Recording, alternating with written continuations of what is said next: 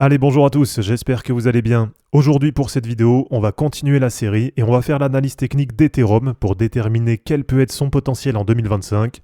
Et ça va être normalement assez intéressant puisque Ethereum c'est une crypto qui a quand même pas mal de retard. Et même un peu, j'ai envie de dire, le grand perdant pour l'instant sur ce cycle. Et donc l'objectif de cette vidéo, ça va être de voir ensemble à quoi on peut s'attendre sur Ethereum pour les prochains mois. Et on va essayer de déterminer un plan de sortie qui peut paraître cohérent avec différents niveaux de prise de profit. Allez, comme d'habitude, avant de commencer cette vidéo, les amis, je vous invite à cliquer sur le lien Linktree en description pour profiter, pourquoi pas, des bons plans du moment ou pour vous abonner à mes autres réseaux, avec notamment mon nouveau compte Twitter que je vous invite à suivre. Et sur ce compte, les amis, je vous partage tous les jours des charts et des analyses techniques qui vont compléter les vidéos.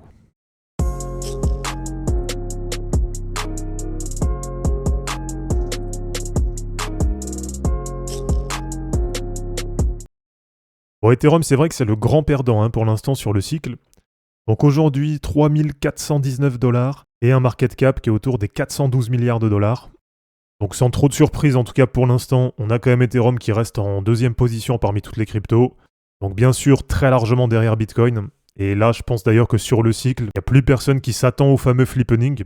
Alors que, je sais pas si vous vous souvenez, mais en 2020-2021, c'est vrai que ça en parlait pas mal, et il y avait quand même beaucoup d'attentes autour de ça, avec pourquoi pas Ethereum qui serait passé devant Bitcoin, et qui serait devenu du coup la crypto la plus valorisée. Mais voilà, là sur le cycle actuel, on a vu que Bitcoin a bien confirmé que c'était le boss sur le marché, et on ira regarder la paire ETH-BTC après, mais voilà, vous le savez, sur le cycle actuel, on a Ethereum qui a très largement sous-performé Bitcoin. Alors si on fait déjà un tour du côté des historiques des aperçus, et notamment en termes de market cap, donc sur le précédent bullrun, sur le bullrun 2020-2021, on avait eu un ATH sur Ethereum qui s'était fait au mois de novembre, et ça avait donné un ATH qui était autour des 550 milliards de dollars de market cap. Et en termes de prix, ça nous faisait un ATH qui était à 4890 $. Donc voilà, pas très loin finalement des 5000 $. Et ça, je pense que sur le cycle actuel, ça va être vraiment un niveau déterminant. Et alors, contrairement par exemple à Bitcoin, mais aussi à d'autres cryptos, là, la particularité d'Ethereum, et ce qui fait que pour l'instant, ça reste une crypto qui a un peu de mal, qui est un peu moins dynamique, on va dire, que d'autres, c'est que pour l'instant, on n'a pas eu de break d'ATH. Et donc pour l'instant sur Ethereum, on n'est toujours pas rentré dans la phase de price discovery. Donc ça déjà, c'est un premier élément qui est quand même assez important. Et si on prend graphiquement, voilà, là ce que je voulais vous montrer, c'est qu'il y a un canal ascendant qui est quand même assez clairement visible. Alors comme je vous dis à chaque fois, bien sûr, c'est pas au millimètre près, mais en gros, voilà dans quoi on évolue sur Ethereum finalement depuis son bottom en juin 2022. Donc on voit que ce canal ascendant, il est quand même assez bien respecté, avec plusieurs fois des touchettes sur le bas du canal, mais aussi sur le haut du canal. Et puis on a eu globalement 2-3 fois des fausses sorties par le haut. Donc déjà en premier niveau déterminant, l'objectif bien sûr ça va être de sortir par le haut du canal, parce que si on reste dans ce canal, voilà, si je vous le prolonge un peu, ça va rester quand même assez mou sur Ethereum. Donc tant qu'il n'y a pas de sortie par le haut du canal, globalement en termes d'objectifs pour le bullrun, si on reste enfermé là-dedans, il n'y aura rien à attendre de particulier. Donc à surveiller déjà en premier sur Ethereum, comme je vous dis, c'est ce break haussier du canal. Ça va être déjà vraiment la première chose déterminante. Alors sans trop revenir en détail sur les ETF Ethereum, mais vous le savez pour l'instant, l'effet ETF qu'on attendait, il est toujours pas là. Mais ça c'est quand même une métrique qui va être assez importante là pour déterminer le potentiel d'Ethereum. Donc bien sûr on ne sait pas exactement aujourd'hui ce que ça va donner dans les prochains mois. Mais ce qui est quand même intéressant, c'est que là depuis quelques jours, on a un très léger changement du côté des ETF. Alors je dis vraiment très léger, et c'est vraiment très très léger, j'insiste là-dessus. Mais voilà, il y a ce léger changement, et on a parfois, certains jours, des inflows qui sont plus importants sur Ethereum que sur Bitcoin. Donc là, c'est vraiment depuis quelques jours, on est vraiment au début de quelque chose, et après, à voir si ça va tenir ou pas dans le temps. Et ça, vraiment, ça va être une métrique importante, parce que si on a des gros inflows qui arrivent sur les ETF, et bien forcément, comme ça l'a fait par exemple sur Bitcoin, ça va être un élément déterminant qui va permettre de faire sortir par les hauts du canal, et qui va permettre d'aller chercher, pourquoi pas, des nouveaux points hauts sur 2025. Alors, si on revient maintenant sur la chart, là déjà, ce que je voulais vous montrer, c'est que sur de l'hebdo, on va dire plutôt à court terme, donc là plutôt assez récemment, on a quand même quelque chose qui est intéressant, avec on va dire ce rejet sur le haut du canal, mais on voit que pour l'instant ce qui est intéressant, c'est qu'on arrive à tenir en support sur le haut du nuage. Donc ça veut dire que depuis à peu près mi-novembre, donc depuis à peu près la semaine du 18 novembre, on a eu la récupération haussière du nuage. Donc même si c'est pas une fin en soi, c'est quand même un élément qui est important, puisque ça veut dire que sur Ishimoku, depuis mi-novembre, on est redevenu haussier là sur Ethereum sur de l'hebdo. Et ce qui est intéressant aussi, c'est bien pour l'instant sur Ethereum, il n'y a plus aucune résistance, excepté, alors attention, ça c'est vraiment le dernier point, si on prend la lagging span, donc la courbe qui est en blanc, on voit que là elle est vraiment sur la toute dernière résistance, avec une tentative de passage. Je ne sais pas si c'est très visible. Je vais essayer de zoomer un peu. Voilà, donc là, elle est sur une tentative de passage de la Tenkan Hebdo, donc la courbe en bleu, et elle est aussi sur une tentative de passage des prix. Donc là, vraiment, sur Ishimoku en hebdo, on est sur les dernières résistances là pour Ethereum. Et si on passe sur les moyennes mobiles, eh ben là aussi, on approche quand même un peu les dernières résistances, puisque là, il n'y a pas longtemps, on a eu un croisement qui était assez important, avec la moyenne mobile 100 hebdo qui est venue repasser à la hausse la moyenne mobile 200. Alors, il nous reste un croisement à valider pour avoir ensuite vraiment la bonne configuration. Et ce croisement, ça va être la moyenne mobile 20 en bleu qui va essayer de passer à la hausse la moyenne mobile 50. Donc voilà en gros pour les niveaux à surveiller. Et puis voilà, si ça peut vous rassurer, là c'était cette fois sur la semaine du 11 novembre. Et on a eu le signal de confirmation de hausse sur l'indicateur Kama. Donc il semblerait quand même que là tout soit en train de s'aligner sur Ethereum. Même si attention, pour l'instant rien n'est fait. Et comme je vous dis, Ethereum pour l'instant c'est vraiment le grand perdant sur le cycle actuel. Et si on fait un tour sur la paire ETH-BTC, on a quand même touché des points bas sur les dernières semaines. Donc en venant chercher légèrement sous 0,032. Donc il semblerait que ça ce soit bien un point bas, avec quand même un beau rachat là sur ces niveaux. Et là je pense qu'on peut considérer que sur les dernières semaines, on a validé un double bottom, donc à peu près sur ce niveau, sur 0,033, et à voir par la suite. Mais maintenant l'objectif, ça va être de repartir à la hausse sur la paire ETH-BTC. Donc ça va être dans tous les cas un test qui va arriver assez vite, et du coup on va vite voir si Ethereum a vraiment repris de la force, et s'il y a un vrai changement, s'il y a un vrai retour de dynamique et d'intérêt dessus. Ou si sur le cycle actuel, on doit se dire que peut-être que la perf elle sera moins importante que ce qu'on attendait. Et donc ce test, ça va être à l'approche des 0,0396, donc quasiment 0,040. Et on voit que plusieurs fois ça a été rejeté sur ce niveau. Je pense que tant qu'on reste sous ce niveau, il n'y a pas grand-chose à attendre du côté d'Ethereum. Mais si on arrondit, en cas de passage des 0,040, ensuite on voit que le champ est assez dégagé. Et normalement, les prochaines grosses résistances, ça va être autour de 0,046. Et pour le niveau suivant, à peu près par là, autour de 0,050. Donc là pour l'instant, je ne me projette pas plus loin que ça sur la paire ETH-BTC. Et puis éventuellement, si on s'en approche, à ce moment-là, je referai un point sur Ethereum et notamment sur la paire ETH-BTC. Et si on revient sur la charte d'Ethereum, mais cette fois-ci en paire USD, donc là tout simplement le premier gros niveau qui va nous intéresser, comme je vous dis, ça va être ce break aussi du canal ascendant. Ensuite, le deuxième niveau, ça va être tout simplement de breaker la TH de 2021. Donc de passer, on va dire, au-delà des 4900 $.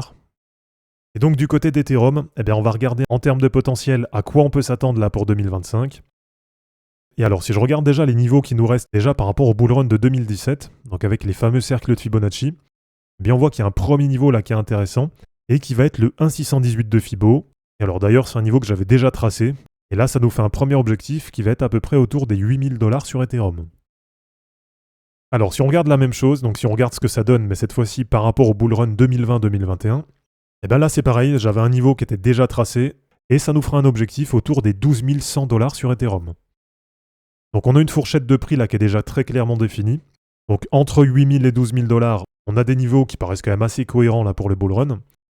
Alors pour terminer, on va regarder du coup ce que ça donne sur Ethereum par rapport au dernier bull run, et ça va nous permettre de définir du coup des objectifs intermédiaires.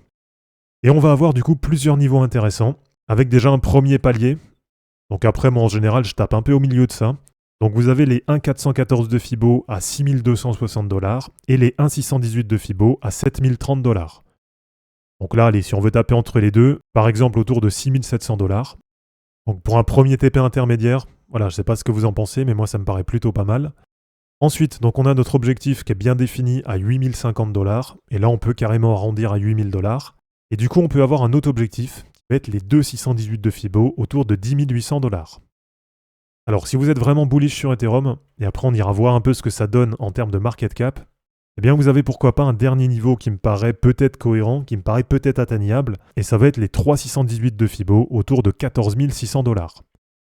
Donc là, inutile de vous dire que pour atteindre 14 600, je pense qu'il faudrait qu'on ait vraiment de la traction, donc vraiment de l'intérêt du côté des instituts, donc vraiment de l'intérêt et du volume du côté des ETF. Et en tout cas, sans ça, ça me paraît compliqué de monter jusque-là. Et donc, si on regarde un peu ce que ça donne pour chaque objectif en termes de perf et en termes de market cap, pour le premier niveau, autour de 6700 $, ça fait à peu près du plus 90% par rapport à maintenant. Donc on l'a dit, là, côté market cap, on est aujourd'hui à 412 milliards de dollars.